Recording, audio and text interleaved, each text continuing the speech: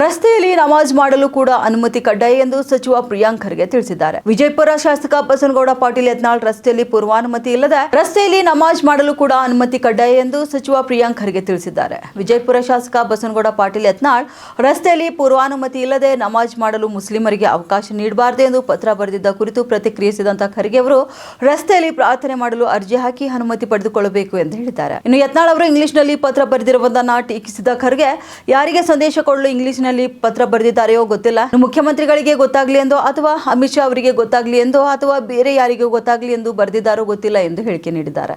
ನಮ್ಮದು ಒಕ್ಕೂಟ ವ್ಯವಸ್ಥೆ. ಕೇಂದ್ರ ಸರ್ಕಾರದ ಎಲ್ಲ ನಿಯಮಗಳನ್ನು ನಾವು ಅಳವಡಿಸಿಕೊಳ್ಳಲು ಸಾಧ್ಯವಿಲ್ಲ. ಕೇಂದ್ರ ಸರ್ಕಾರಿ ನೌಕರರು RSS ಚಟುವಟಿಕೆಗಳಲ್ಲಿ ಭಾಗವಹಿಸಬಹುದು ಎಂದು ಕಾನೂನು ತಿದ್ದುಪಡಿ ತಂದಿದೆ. ಆದರೆ ರಾಜ್ಯ ಸರ್ಕಾರಿ ನೌಕರರು RSS ಕಾರ್ಯಕ್ರಮ ಚಟುವಟಿಕೆಗಳಲ್ಲಿ ಭಾಗವಹಿಸಲು ಅವಕಾಶ ಇಲ್ಲ ಎಂದು ತಿಳಿಸಿದ್ದಾರೆ. ಪಥಸಂಚಲನ ಕುರಿತು ಮಾತನಾಡಿದ ಖರ್ಗೆ, ಪಥಸಂಚಲನ ನಡೆಸಲು ಹೈಕೋರ್ಟ್ ಆದೇಶದಂತೆ RSS ಹೊಸದಾಗಿ ಅರ್ಜಿ ಸಲ್ಲಿಸಲಿ. ಇನ್ನು ಅನುಮತಿ ನೀಡುವ ಕುರಿತು ಜಿಲ್ಲಾಡಳಿತ ತೀರ್ಮಾನ ಮಾಡಲಿದೆ. ನಾವು ಯಾವುದೇ ಹಸ್ತಕ್ಷೇಪ ಮಾಡುವುದಿಲ್ಲ ಎಂದು ಅವರು ತಿಳಿಸಿದ್ದಾರೆ.